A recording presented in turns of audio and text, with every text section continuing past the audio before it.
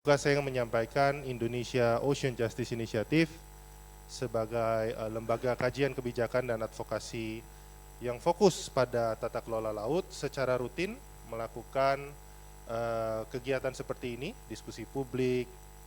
Kami mengundang tentunya pihak-pihak dari seluruh pihak, baik dari pemerintah, mitra pembangunan, negara sahabat, gitu ya, dan juga akademisi, media, untuk datang ke forum ini, ikut berdiskusi. Tujuannya satu, yaitu agar pengetahuan dan kesadaran kita terhadap domain maritim Indonesia itu terus meningkat.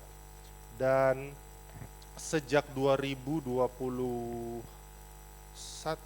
waktu itu kita melalui COVID ya, kita sudah cukup rutin melakukan ini, gitu ya. Kami melakukannya secara reguler dan seringkali yang dibahas dalam laporan Maritime Domain Awareness kami adalah hal-hal anomali, potensi ancaman keamanan yang terjadi di laut kita. Bentuknya ada bermacam-macam, illegal fishing, pencemaran laut, atau anomali lainnya yang bisa dideteksi melalui teknologi-teknologi pemantauan maritim seperti AIS, citra satelit, VMS, dan lain sebagainya.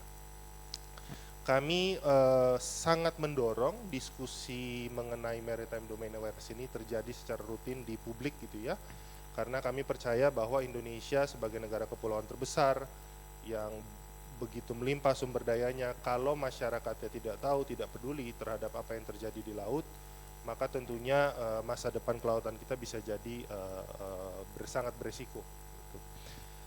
Pada episode kali ini, kita mencoba menghadirkan sebuah kajian ancaman keamanan laut yang menyentuh beberapa isu.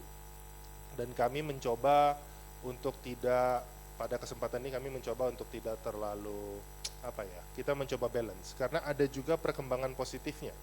Jadi yang kami deteksi tidak selalu, pada kesempatan ini tidak selalu melulu hal yang negatif, karena ada juga perkembangan positifnya ya. Misalnya contoh nanti kita akan tunjukkan bagaimana kegiatan survei kelautan yang di Laut Natuna Utara ternyata tahun 2026 itu bebas gangguan karena ada pengawalan KRI misalnya. Nah itu salah satu contoh tren positif yang juga kami coba capture, selain tentunya beberapa tantangan juga yang masih muncul ya berdasarkan deteksi yang kami lakukan. Tentunya apa yang kami sajikan dalam forum kali ini dan juga nanti dalam dokumennya, tentu kami mengundang teman-teman rekan-rekan yang hadir di baik di Ocean Justice House maupun yang hadir melalui Zoom, untuk nanti silakan download. Kami akan upload laporannya mungkin 2 hari atau 1 hari setelah kegiatan ini karena masih proses editing dan desain. Kami mengundang secara tentunya untuk mendownload dan membaca secara lebih rinci ya, karena dalam presentasi ini mungkin waktu terbatas, tidak semua bisa kita kupas. Dan pada kesempatan ini juga kita sangat beruntung karena IOG bisa menghadirkan perwakilan dari Kementerian Koordinator Bidang Politik dan Keamanan, dalam hal ini diwakili oleh Pak Wahid, satu kementerian yang sangat strategis dalam isu maritime security, karena sebagai pemangku dari sebuah forum lintas kementerian yang bernama Forum KKPH. Itu forum yang sangat strategis di tingkat nasional untuk membicarakan maritime security, safety, and law enforcement. Yang kedua, kami juga senang sekali kehadiran Ibu Mila, semoga sudah bergabung ya Bu melalui Zoom, dari BRIN sebagai otoritas perizinan untuk riset, ya riset kelautan. Kemudian kami juga ingin menginfokan kepada, halo Ibu Mila, selamat pagi. Ya, selamat pagi Pak Andreas. Ya, terdengar. Apa kabar ya? Kabar baik Ibu, terima kasih sudah hadir Bu. Senang Ya, ketemu kembali. Dan juga ya, kami mau menginfokan, kami juga mengundang perwakilan dari KLH, namun memang sangat disayangkan masih berselisih jadwal yang berhalangan sehingga perwakilan KLH belum bisa hadir pada kegiatan hari ini. Sebenarnya kalau boleh jujur, masih banyak lagi kementerian yang harus diundang karena isunya ini nggak cuman BRIN dan Polkam dan KLH, namun ya karena keterbatasan ya nggak mungkin kita undang semua. Tapi dengan adanya Pak Wahid di sini, Kemenko Polkam yang mengampu forum KKPH, yang notabene ada 28 kementerian di sana kalau tidak salah Pak ya. Jadi 33, wah 33. Jadi nanti informasinya mungkin bisa disalurkan Bapak Ibu. Nah, jadi tanpa berlama-lama, saya ingin mengundang pembicara penanggap pertama Pak Wahid, Pak Kolonel Wahid yang merupakan Kabid Strategi Pertahanan dari Kemenko Polhukam ke atas Bapak. Mungkin Pak Wahid boleh di sini Pak. Terima kasih Pak Wahid. Yang kedua ingin mengundang Mas Imam Prakoso yang merupakan senior analis dari Indonesia Ocean Justice Initiative dan juga Mbak Laura yang merupakan program officer di Indonesia Ocean Justice Initiative. Saya sendiri Andreas, program director untuk Maritime Security di IOG yang akan memandu jalannya acara, yang akan menggunakan kesempatan ini untuk banyak bertanya dan juga mungkin menjawab nanti ya pada saat akhir acara. Diskusi ini serius tapi santai ya Bapak Ibu, jadi saya sangat mengharapkan mungkin di akhir acara, termasuk rekan-rekan yang bergabung via Zoom, silakan ajukan pertanyaan, karena tentunya isi dari laporan ini bukanlah sebuah judgment atau hasil yang konklusif 100%. Namanya analisis maritime domain awareness itu butuh banyak sekali informasi untuk mencapai sebuah tingkat confidence tertentu untuk menyatakan ini konklusif sebuah pelanggaran misalnya. Dan itu nggak mungkin IOG lakukan sendiri. Kami punya keterbatasan, kami menggunakan teknologi yang available, tapi paling tidak dari informasi yang tersedia kami bisa sedikit memberikan clue bahwa ada suatu hal yang perlu diperhatikan oleh masyarakat dan juga oleh pemerintah tentunya. Tanpa berlama-lama lagi, Bapak Ibu, saya ingin masuk ke dalam substansi dari diskusi ini. Jadi pada report yang akan diterbitkan IOG dalam waktu dekat, ini draft kasarnya ya Bapak Ibu, belum didesain. Hentikan sedikit. Yes Pak, silakan Pak. Ada 4 isu besar yang kami perhatikan dan kami harap ini juga menjadi concern masyarakat luas ya. Yang pertama adalah mengenai aktivitas kapal-kapal tanker di area Kepulauan Riau, yang memang di situ jalur padat pelayarannya. Dan kenapa kami kemudian meneliti mengenai ini, karena baru-baru ini di tahun 2006 kita tahu kembali lagi pesisir Bintan itu terkena pencemaran ya Pak.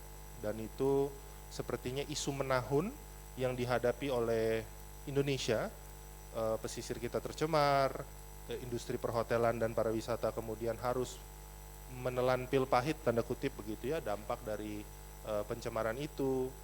Kami mencoba memperluas horizon dari konteks insiden pencemaran ini. Kita menemukan bahwa di Bintan itu ada outer port limit anchorage area Tanjung Berakit yang memang banyak sekali aktivitas kapal-kapal tanker di sana, dan tentunya kita mengetahui banyak kapal-kapal tanker itu yang kemudian dengan modus operandi spoofing, menggunakan bendera-bendera flag of convenience, dengan standar kelautan yang mungkin tidak terlalu baik. Hal tersebut berkontribusi, kami menduga kuat, itu ada kaitannya kepada insiden pencemaran yang terjadi di perairan Bintan. Itu isu yang pertama, nanti akan dijelaskan secara lebih rinci oleh Mas Imam Prakoso, termasuk gambar-gambar dugaan spoofingnya nih. Ini yang menurut saya sangat menarik. Yang kedua adalah seperti yang tadi saya sampaikan, kami mencoba balance, tidak berita negatif terus gitu ya. Ada perkembangan positif dari riset survei kelautan yang dilakukan oleh pemerintah Indonesia di Blok Tuna, tapi perbedaannya di tahun ini sepertinya tidak ada gangguan yang berbeda dengan situasi di 2021-2024 ya. Tentunya kita harapkan perkembangan positif ini bertahan gitu ya. Yang ketiga adalah tentunya isu yang masih terus kita hadapi juga selain pencemaran, itu isu illegal fishing di Laut Natuna Utara, yang mana masih banyak ditemukan kapal-kapal patrol Vietnam yang tidak menyalakan AIS, dan tentunya kehadiran kapal patroli Indonesia yang masih minim menjadi tantangan untuk kita semua ya Bapak Ibu, apalagi di tengah situasi perekonomian global saat ini, kurs rupiah dan lain sebagainya yang tentunya sangat menekan kemampuan instansi-instansi yang melakukan patroli untuk bisa membeli bahan bakar yang cukup gitu ya untuk kemudian armada kapal patroli itu dideploy sampai ke batas-batas terluar zona maritim kita. Dan yang terakhir adalah kami mencoba mengangkat kembali, mencoba mencari tahu lah, berusaha menemukan jawaban, walaupun lagi-lagi kami perlu tekankan bisa jadi ini tidak konklusif. Kita tentu ingat juga di 2026 baru-baru ini ada nelayan di Lombok menemukan sebuah sensor bawah laut, ya, dan kami berusaha mencoba mencari connecting the dots terhadap apa sebenarnya benda ini tuh benda apa, siapa, aktivitas apa yang mungkin terkait dengan sensor bawah laut yang ditemukan ini gitu. Karena sampai saat ini belum ada penjelasan kepada publik ya secara resmi oleh pemerintah sejak diberitakan sensor itu dibawa katanya ke Mabes TNI AL Pak ya, katanya untuk diperiksa, tapi kemudian belum ada penjelasan yang memadai atau utuh mengenai sebenarnya sensor itu sensor apa. Apakah benar-benar ada ancaman militer yang berpotensi mengganggu keamanan Republik ini. Bapak Ibu, saya tidak memperpanjang kembali, saya ingin mengundang pertama-tama Mas Imam Prakoso yang akan menjelaskan dari sisi Maritime Domain Awareness-nya ya, tracking kapalnya terhadap 4 isu yang tadi saya sampaikan, yang nanti akan dilengkapi oleh Mbak Nindya mengenai analisis hukumnya. Di akhir akan ditanggapi oleh Pak Wahid dan juga Ibu Mila yang bergabung via Zoom. Dan tentunya kemudian kami akan mengundang rekan-rekan semua yang bergabung di Ocean Justice House maupun yang di Zoom sebelum nanti akhirnya kita menikmati makan siang. Baik, Mas Imam, silakan. Baik, terima kasih Mas Andreas atas pembukaan yang telah disampaikan. Yang terhormat Pak Wahid dari Kemenko Polkam dan Bu Mila yang sudah hadir di Zoom sebagai narasumber. Selamat pagi. Saya ucapkan juga selamat pagi, selamat bergabung untuk para undangan dan para peserta baik yang hadir di studio maupun yang di Zoom. Assalamualaikum warahmatullahi wabarakatuh, salam sejahtera bagi kita semua. Baik, mungkin bisa langsung saja ditampilkan slide-nya oleh operator. Terima kasih.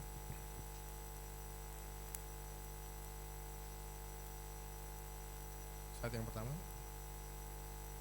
Seperti tadi sudah disampaikan oleh Pak Andreas sebagai pembukaan bahwa kita akan membahas mengenai 4 isu ini yang kami deteksi sejak Oktober 2025 hingga April 2026. Yang pertama adalah mengenai tren baru yang terjadi, yang sebelumnya belum pernah terjadi di Kepulauan Riau, tepatnya di perairan sebelah timur Pulau Bintan, yaitu mengenai manipulasi GPS kapal-kapal tanker. Dalam hal ini kita bisa sebut sebagai spoofing gitu, yang sebetulnya mereka tidak berada di situ, dan ini menimbulkan potensi pencemaran minyak dan keselamatan pelayaran. Kemudian yang kedua, kita memberikan update sedikit mengenai kegiatan survei ilmiah kelautan di Laut Natuna Utara oleh kapal-kapal riset Indonesia yang tadi sudah dijelaskan mengalami perkembangan yang agak positif. Kemudian kita masih mengalami isu juga atau tekanan illegal fishing di Laut Natuna Utara oleh kapal ikan dari Vietnam.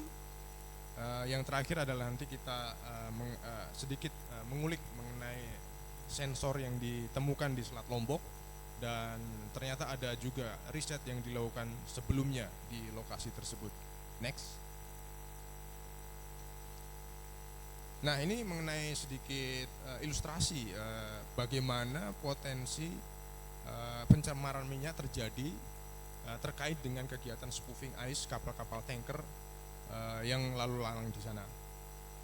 Nah, kami mengamati ada proses pertama kali tank cleaning dari kapal-kapal tanker itu bisa melakukan tank cleaning di pelabuhan di Singapura, kemudian mereka bergerak dan akhirnya ternyata memanipulasi GPS atau posisi kapalnya di suatu tempat kita belum tahu di perairan Riau, di sebelah timur perairan Riau. Kemudian bisa jadi kapal-kapal tersebut melakukan aktivitas ship to ship transfer dengan kapal yang lain begitu untuk menyembunyikan diri dari pengawasan. Kemudian aktivitas tersebut ternyata berpotensi menimbulkan pencemaran minyak. Nanti kita bisa lihat bagaimana pola pergerakannya di slide berikutnya. Next. Yang pertama kita mendeteksi kapal Viera. Jadi ini kapal tanker Viera, ini adalah kapal berjenis VLCC, artinya kapal ini berukuran sangat besar.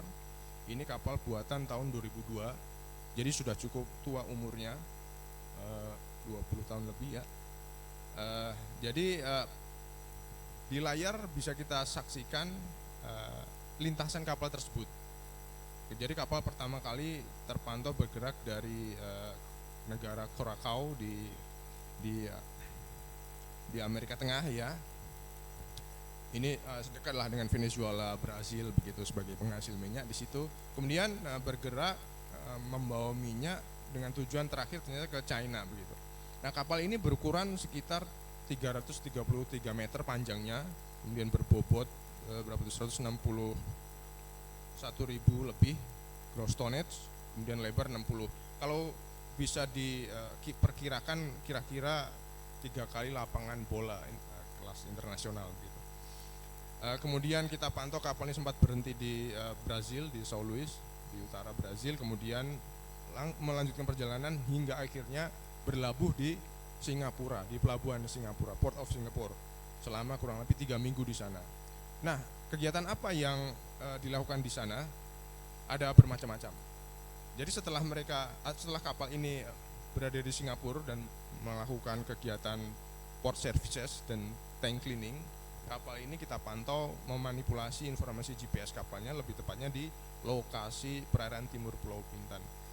Kemudian selanjutnya slide berikutnya kita bisa saksikan bagaimana pola detailnya pergerakan kapalnya. Next. Nah, kita amati 3 gambar di sini, 4 gambar di sini, 3 diantaranya adalah melakukan port service. Kemudian yang paling penting di sini adalah tank cleaning. Tank cleaning ini dilakukan oleh kapal ini dengan kapal memang yang bertugas untuk tank cleaning yang bernama NOC7 yang memang dimiliki oleh perusahaan penyedia jasa tank cleaning di Singapura. Next. Nah, ini adalah perusahaan dari pemilik kapal tank cleaning itu. Next.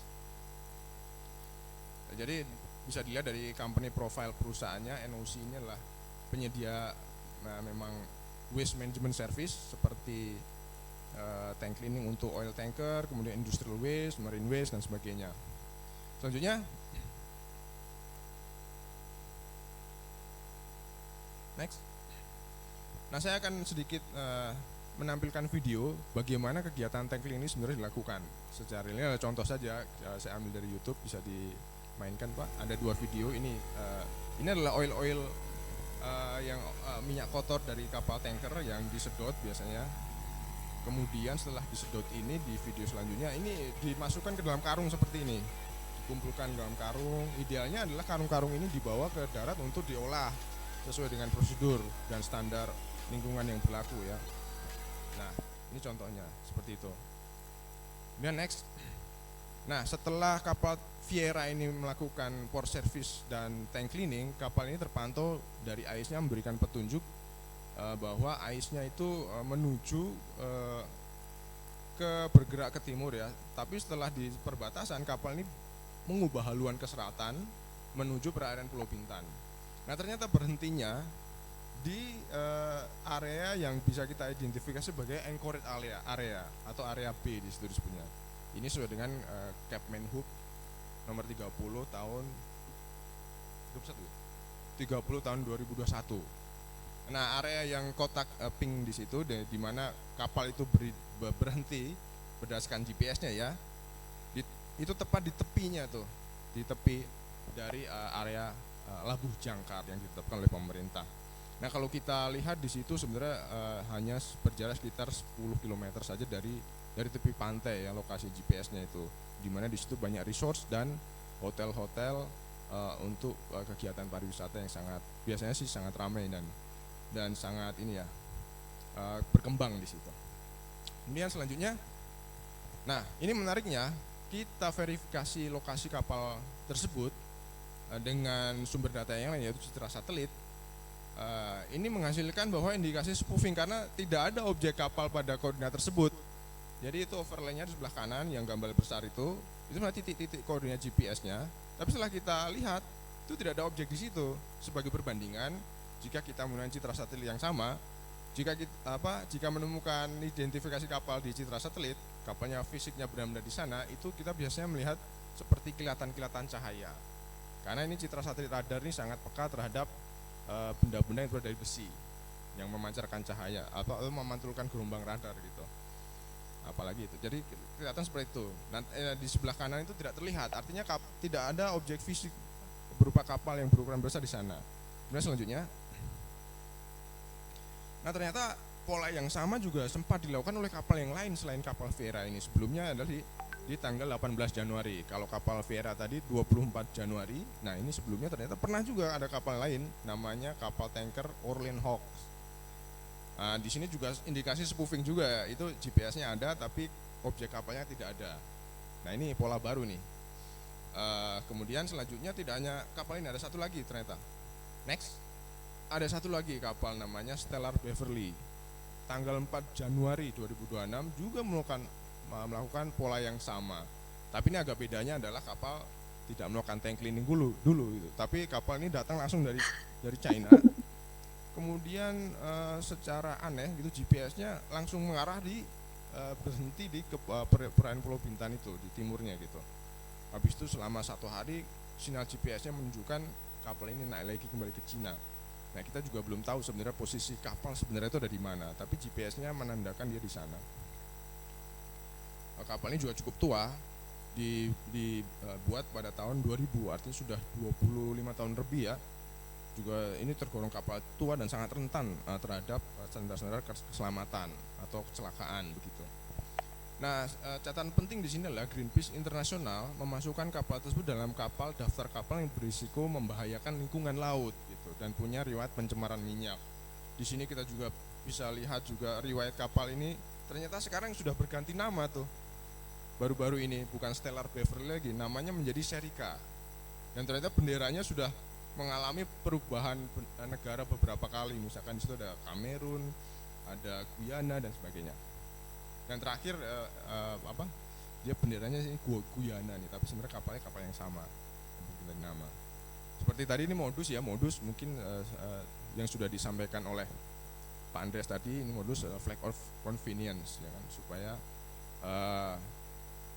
susah untuk dilacak beneficial owner-nya gitu. Selanjutnya, nah menariknya pada 28 Januari ya 2026 itu ada laporan mengenai karung-karung yang tiba-tiba terdampar di pesisir timur Pulau Bintan. Ini gambarnya seperti itu. Karung-karung mungkin kalau itu, ya banyak, ada 1000 lebih ternyata. Kalau kita baca berita di Kompas di Februari ya beritanya. Tapi sebenarnya insiden itu sudah terjadi di 28 Januari. Nah, ini adalah dari BMKG, gambar arah arus dari BMKG tanggal 26 Januari atau akhir Januari ya. Ini menandakan bahwa di arah arus di sekitar Kepulauan Riau itu dari utara ke selatan, atau kita bisa sebut sebagai angin utara ya, biasanya disebut seperti itu. Nah ini tentu ini sangat sebagai faktor pendukung ya, bahwa buangan limbah minyak dalam karung itu akhirnya sampai ke Bintan karena terbawa arus gitu. Nah dari sini kita mengamati karena tren tren spoofing tadi itu adalah tren yang baru yang belum pernah terjadi sebelumnya gitu, atau unprecedented ya. Nah bisa jadi ini adalah berkorelasi dengan insiden di Bintan ini gitu. Karena sebelumnya kan insiden tumpahan minyak di Bintan tuh biasanya bukan karung yang datang tapi minyak langsung. Tapi sekarang ini minyak tapi di dalam karung. Artinya minyak ini adalah produk dari proses tank cleaning gitu. Di mana tadi ada salah satu contoh kapal yang melakukan tank cleaning dulu di Singapura, kemudian spoofing di situ. Dan kita nggak tahu dia buang di mana, atau mungkin kita perlu bukti-bukti lebih lanjut lagi, karena memang kita tidak punya otoritas atau kemampuan untuk mengejar hingga menemukan bukti apakah benar kapal tersebut pelakunya. Tapi setidaknya dengan mengetahui kondisi ini seperti tadi Pak Andreas bilang, kita bisa sadarlah bahwa kejadian-kejadian itu bisa jadi merupakan penyebab dari insiden ini. Tentunya ini adalah merugikan masyarakat pesisir di Timur Bintan, terutama mengganggu bisnis pariwisata di sana. Next.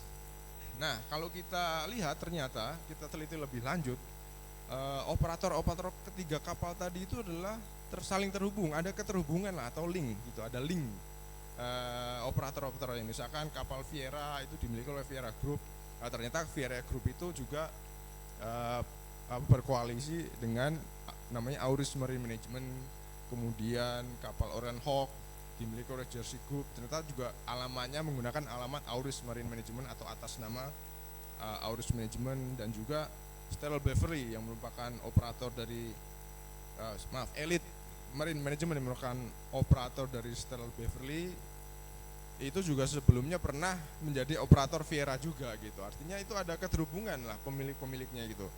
Artinya keterhubungan pemilik, kemudian perilaku kapal yang sama, spoofing di tempat yang sama. Artinya memang ini adalah suatu yang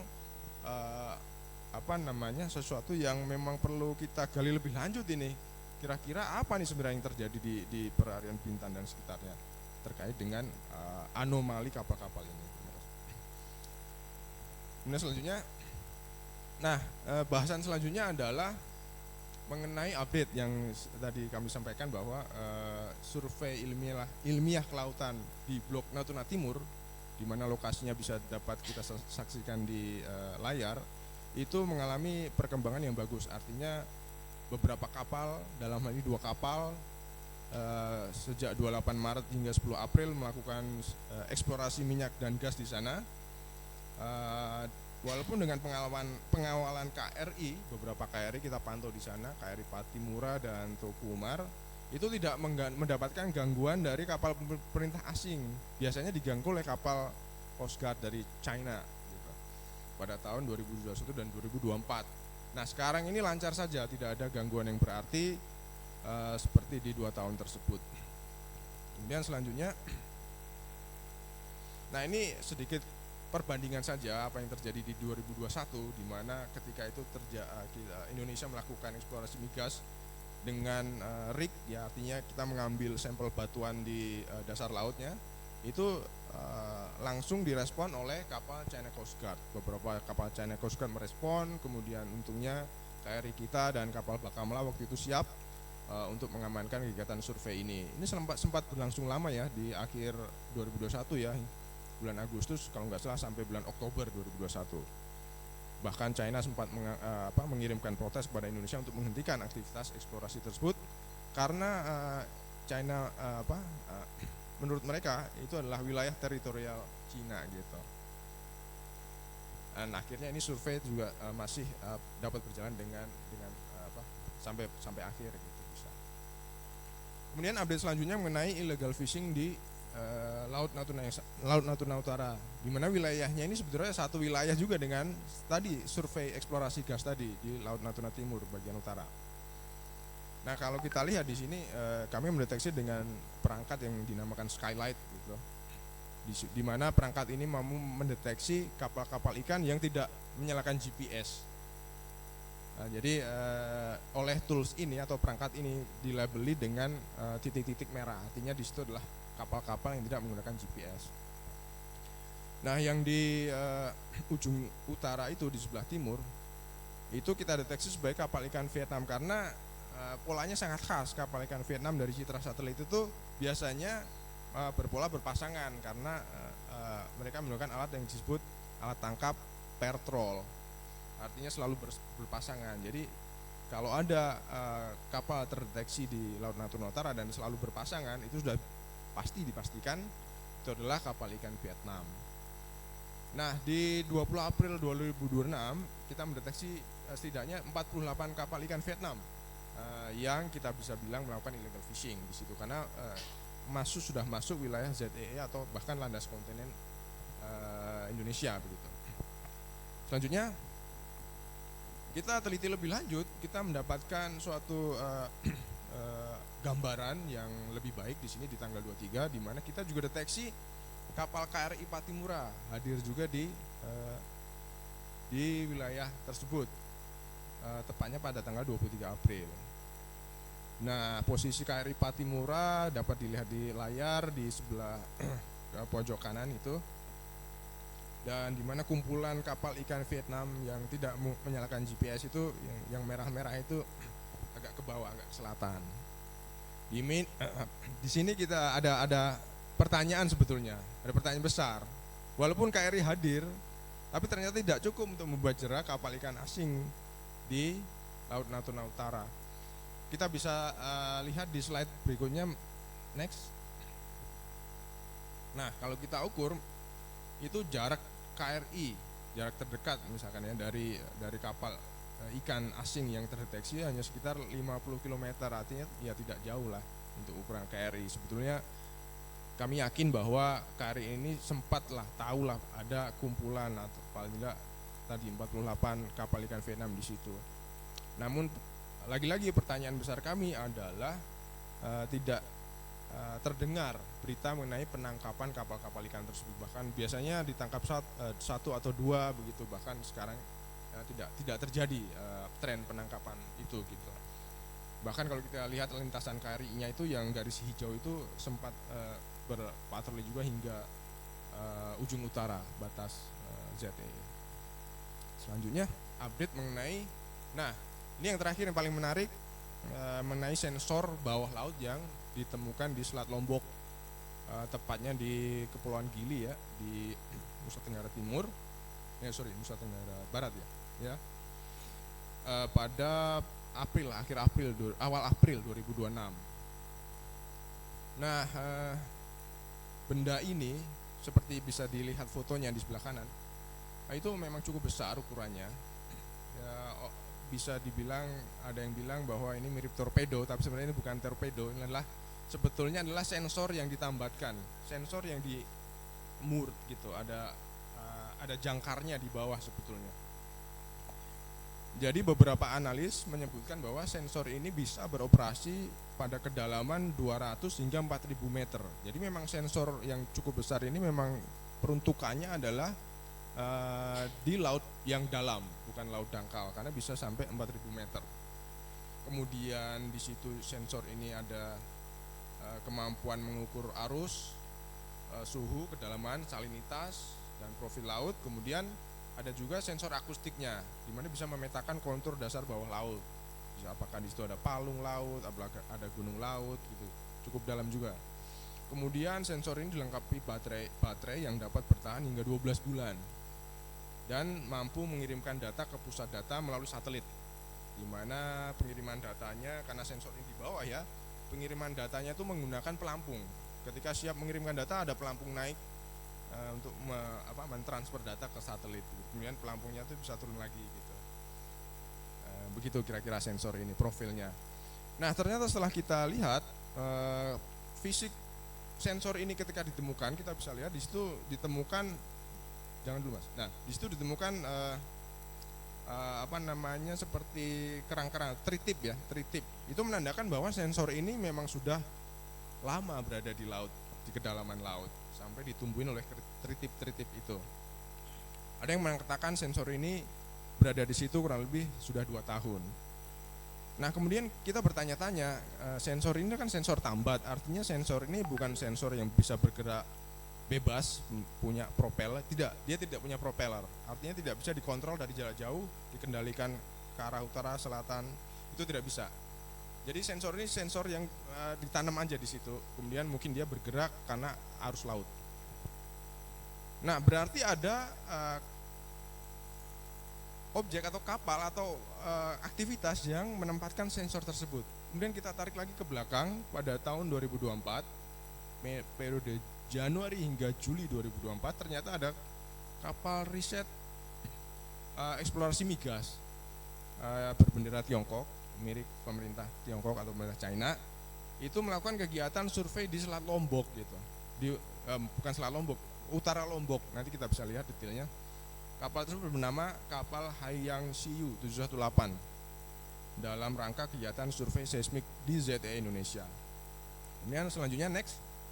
Nah, ini adalah detail mengenai lintasan survei kapal Haiyang Siyu 718 tersebut.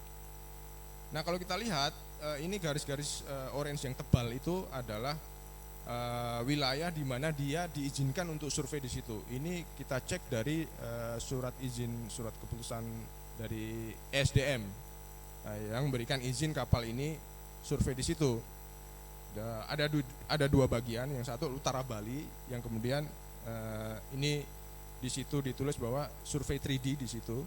Kemudian bagian yang lain adalah di utara Lombok, di situ adalah survei 2D, seismik 2D gitu.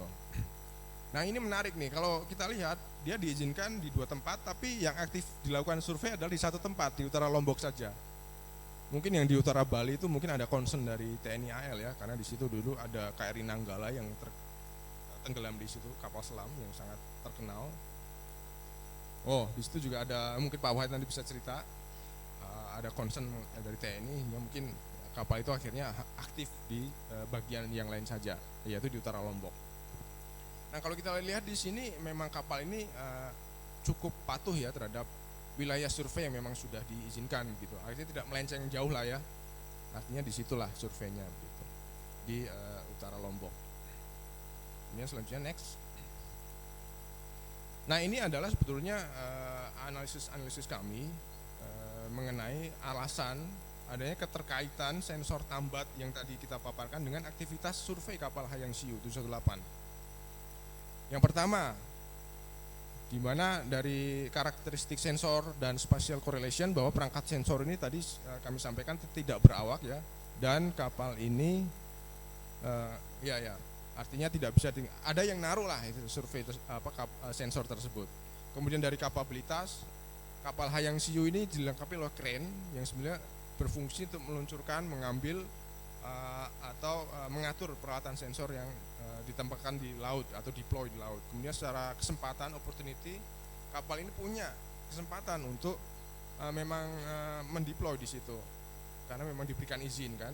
Kemudian adanya link yang menunjukkan bahwa sensor tersebut dimiliki oleh perusahaan BUMN Cina, dan kapal Haiyang Siyu ini juga dimiliki oleh perusahaan milik negara di Cina. Kemudian dari sini muncul pertanyaan, apakah penempatan sensor tersebut termasuk bagian izin dari survei? Ini pertanyaan tentang tata kelola sebetulnya. Jika iya, bagaimana penempatan sensor tersebut walaupun survei telah berakhir ya, kok bisa masih ada di situ? Dan para analis juga menduga bahwa sensor semacam ini lebih dari satu ditempatkan oleh kapal itu gitu. Karena ini bisa berfungsi untuk membantu navigasi jalur kapal selam China melewati Selat Lombok terutama, karena itu Selat Lombok itu salah satu selat penting dunia ya, selain Selat Malaka, Selat Hormuz dan sebagainya. Selanjutnya, nah kalau kita lihat kembali ternyata kapal-kapal Tiongkok selama 6 tahun terakhir sudah melakukan sedemikian rupa survei di region ya, termasuk di ZTE Indonesia. Nah, muncul pertanyaan, kita harus memperkuat tata kelola kita supaya survei-survei asing ini tidak membahayakan atau tetap menjaga kedaulatan kita, negara Indonesia. Mungkin dari saya cukupkan dulu gitu, kemudian bisa dilanjutkan oleh. Terima kasih Mas Imam. Nah, sekarang kita oper ke Mbak Nindya yang mungkin bisa sharing sedikit mengenai analisis hukumnya. Please. Oke, mungkin saya tidak akan terlalu lama ya membahas analisa hukum, tapi saya ingin menyampaikan sedikit saja analisis hukum sedikit mengenai isu-isu yang kami angkat, yang telah diangkat oleh Mas Imam. Jadi mungkin bisa ditunjukkan kembali PPT-nya. Jadi mengenai isu pertama yaitu dugaan spoofing dan pencemaran lingkungan laut dengan cara dumping. Jadi kami fokus pada dua isu ya, yaitu spoofingnya dan pencemaran lingkungan hidupnya itu sendiri. Terkait dengan spoofing, ICE itu memang adalah salah satu instrumen yang sangat-sangat penting untuk keselamatan pelayaran di laut ya, terutama di laut lepas. Instrumen internasional yang paling penting adalah SOLAS Convention ya, atau Safety of Life at Sea Convention Regulation 19, yaitu yang mewajibkan semua kapal dengan bobot kotor di atas 300 GT atau gross ton untuk memasang dan mengoperasikan ICE pada setiap saat. Tentunya memang ada beberapa pengecualian di mana ICE boleh dimatikan, tapi itu hanya jika keselamatan pelayaran atau keselamatan kapal itu memang terancam.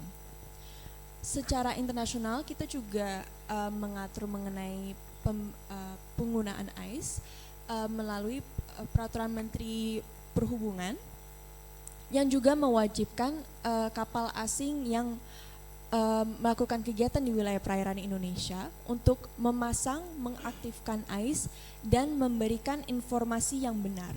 Itu sebenarnya elemen yang sangat krusial dan sangat penting dalam isu ini ya, hadirin semua.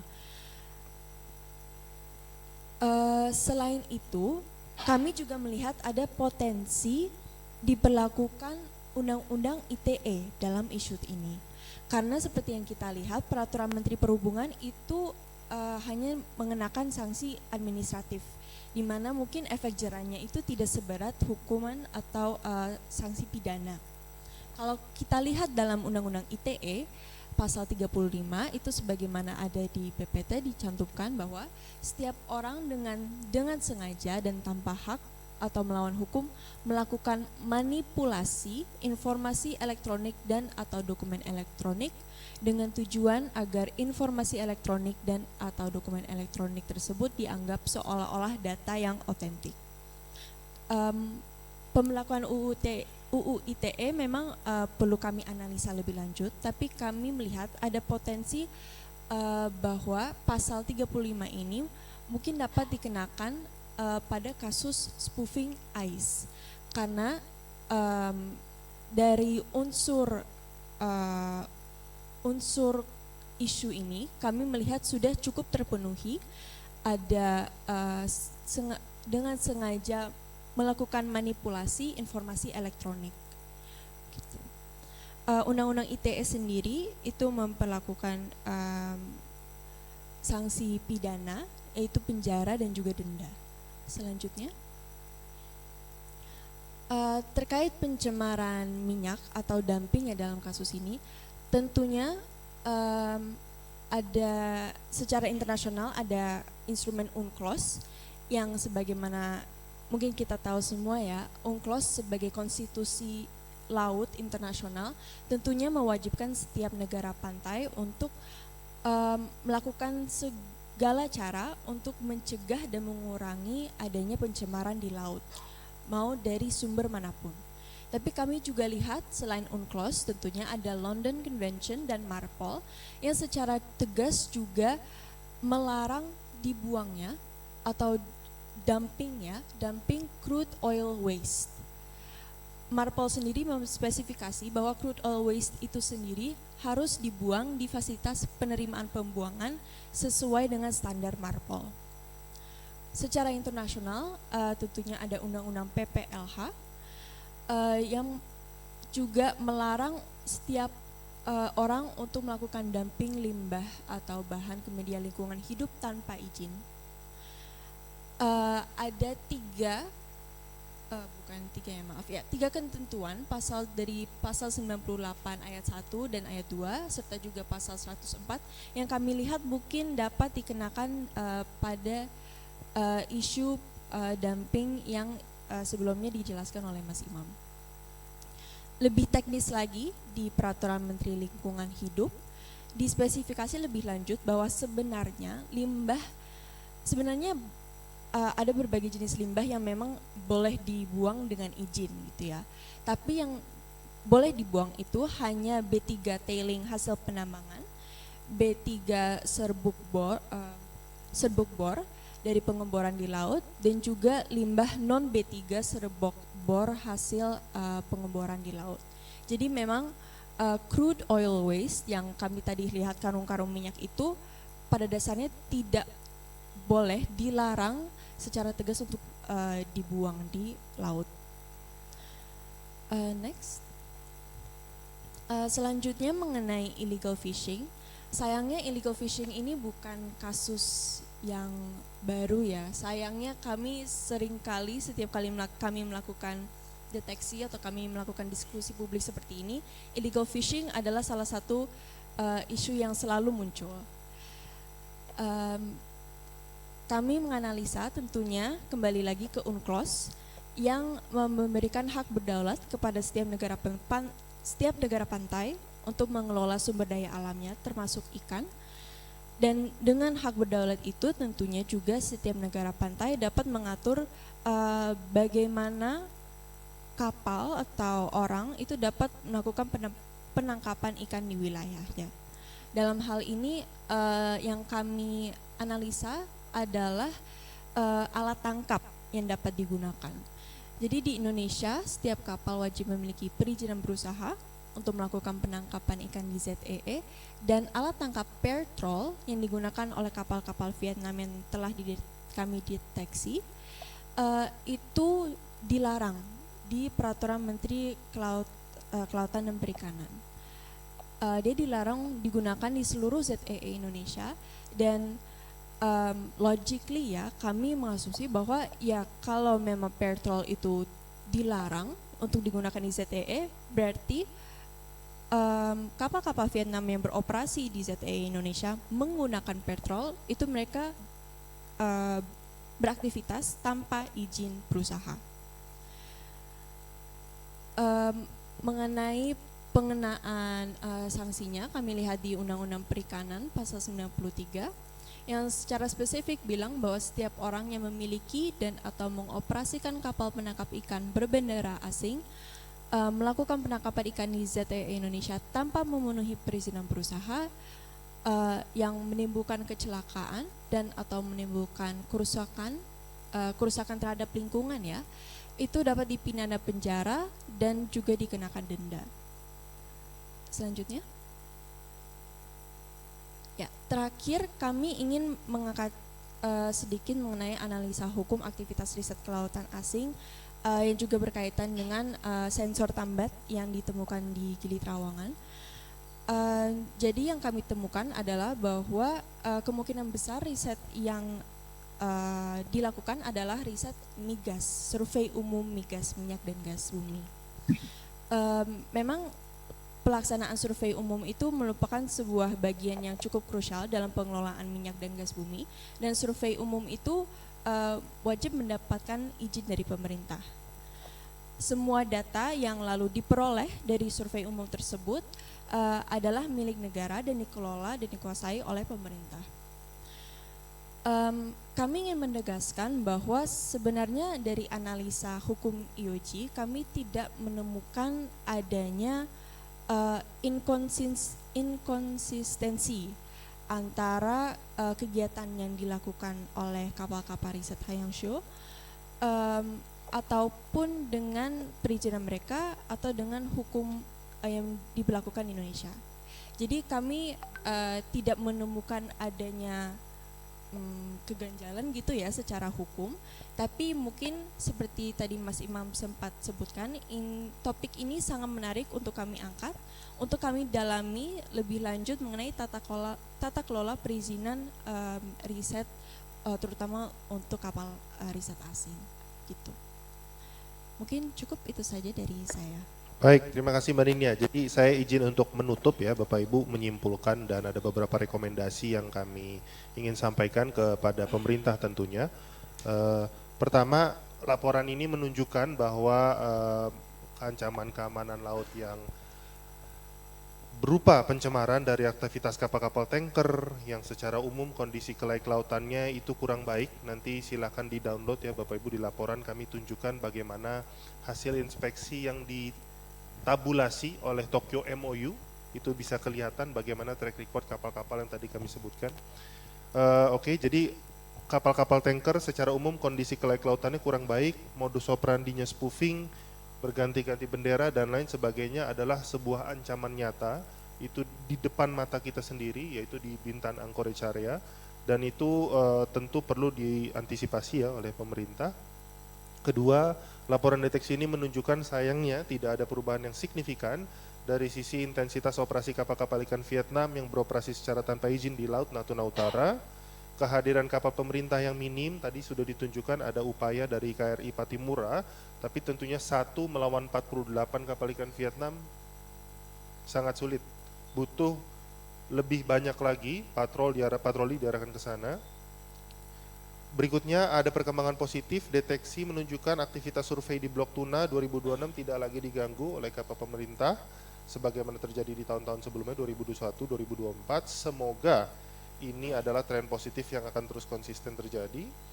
Dan yang terakhir mengenai torpedo, paling tidak kita bisa sedikit ada update ya bahwa ada potensi keterkaitan aktivitas kapal survei yang pernah beroperasi di sebelah utara Lombok, yaitu survei seismik yang dilakukan oleh PT TGS sudah mendapatkan izin dari ESDM dan namun di sini sebagaimana tadi Mbak Nindya sampaikan ya, ini menimbulkan tanda tanya karena sebenarnya kalau kita bicara rezim survei atau rezim penelitian, apakah jatuh pada Undang-Undang 11 2019 tentang penelitian, apakah ini harus dilihat terpisah karena kalau kita bicara survei itu kan ada Undang-Undang Migas tersendiri, atau harusnya kita melihat ini sebagai sesuatu yang terkoneksi. Bagaimana kemudian kita bisa mengamankan, contohnya tadi pertanyaan yang disampaikan oleh Mas Imam, sensor-sensor itu apakah kemudian ditinggal seperti itu boleh atau seperti apa? Nah itu rezim tata kelola perizinan, pengawasan tentunya juga untuk kegiatan riset dan survei kapal asing di laut Indonesia. Kami mendengar info beberapa 1 bulan yang lalu dari Bumi Labrin bahwa akan ada perbaikan tata kelola perizinan pengawasan kapal asing di laut Indonesia. Nah apakah itu juga mencakup kegiatan survei, ya bukan hanya kegiatan penelitian ya, survei-survei yang ditujukan untuk usaha tertentu. Nah itu apakah juga menjadi tercakup dalam perbaikan tata kelola yang sedang dilakukan. Dan kami merekomendasikan tentunya, nah ini pesan nih Pak, titipan sponsor nih untuk Pak Wahid ya. Forum KKPH perlu untuk mulai mengkoordinasikan koleksi data dan analisis terhadap aktivitas kapal-kapal tanker yang tadi berisiko tinggi itu, mulai dikumpulkan, mulai dianalisis, dibaca polanya, pergerakannya, termasuk sampai pada bagaimana flag of convenience, dan ini tentunya keterlibatan Kemlu menjadi penting. Bagaimana kemudian harapannya ada tindakan atau sikap dari pemerintah Indonesia terhadap negara dengan yang menyediakan bendera kemudahan. Praktek dark ship atau shadow fleet ini sudah memperoleh perhatian yang besar, bahkan AIMO baru-baru ini juga sampai mengeluarkan sebuah himbauan ya kepada seluruh member state AIMO untuk lebih waspada terhadap keberadaan dark fleet ini. Kemudian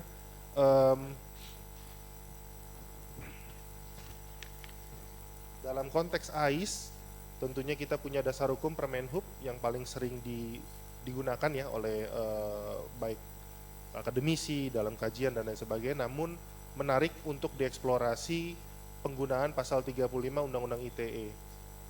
Walaupun sanksinya kita bisa bilang drastis Pak ya, 1 denda saja, 1 tiba-tiba penjara dan denda yang begitu tinggi. Tapi kita perlu pahami bahwa di UNCLOS di pasal 27 itu diatur mengenai criminal jurisdiction dari negara pantai terhadap foreign ships. Itu bisa diberlakukan selama aktivitas dari foreign ship itu berdampak langsung pada kondisi atau peace and order of the territorial sea dari coastal state. Mematikan AIS, bahkan melakukan dumping, itu jelas sudah memenuhi kriteria pasal 27 UNCLOS, dan terlebih mereka kapal-kapal itu ada di perairan teritori kita, maka criminal jurisdiction seperti ini perlu di-exercise. Belum lagi tadi undang-undang lingkungan hidup yang juga punya sebenarnya pasal yang mengatur untuk menjerat pelaku pencemaran ya Pak. Karena kita tahu tadi bahwa bahan oil sludge itu, oil waste itu adalah kalau menurut PP 22 2021 itu limbah B3 kategori bahaya 1. Kategori bahaya 1 itu artinya adalah kalau dilempar itu ke lingkungan dapat dipastikan pasti merusak. Pasti merusak. Jadi baku mutu air laut pasti terlewati dan lain sebagainya. Itulah kenapa dumping zat-zat seperti itu dilarang. Kemudian konsistensi terhadap pengawalan aktivitas survei kelautan dalam rangka eksplorasi eksploitasi sumber daya kelautan yang merupakan hak berdaulat kita. Tentunya harapan kita menjadi perhatian terus Pak bagi pemerintah supaya kan nggak cuma di Blok Tuna, banyak gitu kan di tempat lain, dan juga bukan hanya urusan migas. Kita punya banyak sumber daya lain, jadi itu tentu harapan kita agar pemerintah dan masyarakat sama-sama aware dan konsisten menjaga. Di sisi lain, temuan torpedo tadi, temuan sensor bawah laut, meskipun sejauh ini kami masih sebenarnya tanda tanya ya, 50-50 atau 60-40 gitu lah ya. Karena kalau kita lihat kegiatan survei sih ada izinnya gitu ya, tapi perbuatan meninggalkan sensor itu sepertinya ada isu hukum di sana gitu. Dan itu yang harapan kami bisa menjadi pembahasan di forum ini. Dan yang terakhir, illegal fishing di Natuna, tak henti-hentinya, nggak bosan-bosan kami menyampaikan bahwa itu patternnya ada. Bulan apa kapal itu intensitasnya tinggi, pada poligon koordinat mana itu sebenarnya sudah bisa dipetakan, sehingga harapannya Pak, Forum KKPH selaku pengampu yang menyusun rencana patroli nasional bisa menyesuaikan proyeksi kekuatan dengan bulan-bulan di mana tren kapal ikan Vietnam itu mulai naik dan pada poligon mana. Demikian paparan dari IOG. Mohon maaf nih rekan-rekan agak panjang, saya ingin melempar ke Pak Wahid langsung Pak untuk menanggapi, dan nanti setelah Pak Wahid harapannya kita bisa mendengar juga dari Bu Mila ya. Silakan Pak Wahid. Terima kasih Mas Andre atas waktunya. Yang kami hormati Mas Imam, Pak Laura, Ibu Mila yang hadir secara online serta hadirin yang hadir. Siapa Wahid ya? Siap. Di IOG House Mas ya, Ocean Justice House maupun secara daring. Perkenalkan kami Wahid Ismanto, Kabid Strategi Pertahanan dari Kemenko Polkam, izin menanggapi apa yang telah disampaikan oleh Mas Imam maupun Mbak Nindya.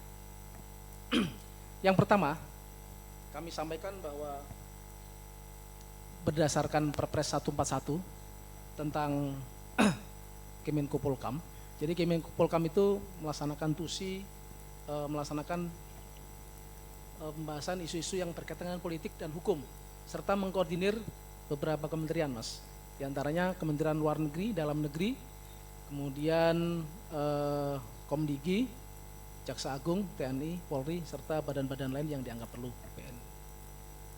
Perbatasan, kemudian masalah narkotika, kemudian seperti Bakamla dan sebagainya.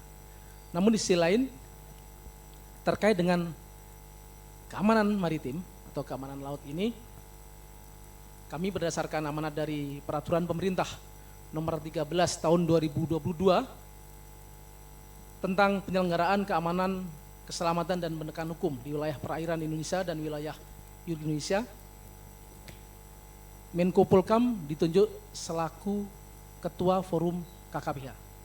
Jadi, Forum Keamanan, Keselamatan dan Penegakan Hukum di wilayah perairan dan wilayah yurisdiksi Indonesia.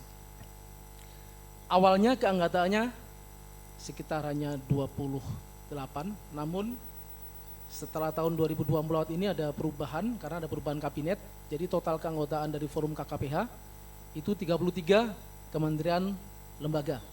Jadi apapun lembaga yang berkaitan dengan atau yang ada di laut itu kita masukkan dalam Forum KKPH. Jadi untuk KKPH sendiri itu tugasnya adalah melaksanakan monitoring dan evaluasi terhadap satu kebijakan nasional KKPH itu sendiri, kemudian masalah patroli, kemudian penegakan hukum, kemudian SAR, Search and Rescue, terakhir terkait dengan integrasi sistem informasi keamanan maupun keselamatan di laut. Nah, kalau yang itu sistem informasi integrasi sistem informasi keamanan maupun keselamatan di laut ini sesuai mandat yang menjadi leading sektornya adalah Badan Keamanan Laut. Kemudian untuk menindaklanjuti itu Bu, Bapak Ibu sekalian, pada tahun 2023 pemerintah mengeluarkan Perpres nomor 59 tahun 2023 tentang kebijakan nasional KKPH itu sendiri. Jadi di situ disebutkan beberapa rencana aksi dari masing-masing KL untuk yang intinya memperkuat tata kelola keamanan laut, maupun bagaimana kita menghadirkan bahwa laut kita bisa stabil, bisa menghasilkan untuk kemakmuran bangsa. Itu kuncinya. Kemudian untuk pelaksanaan sendiri, pada tahun 2022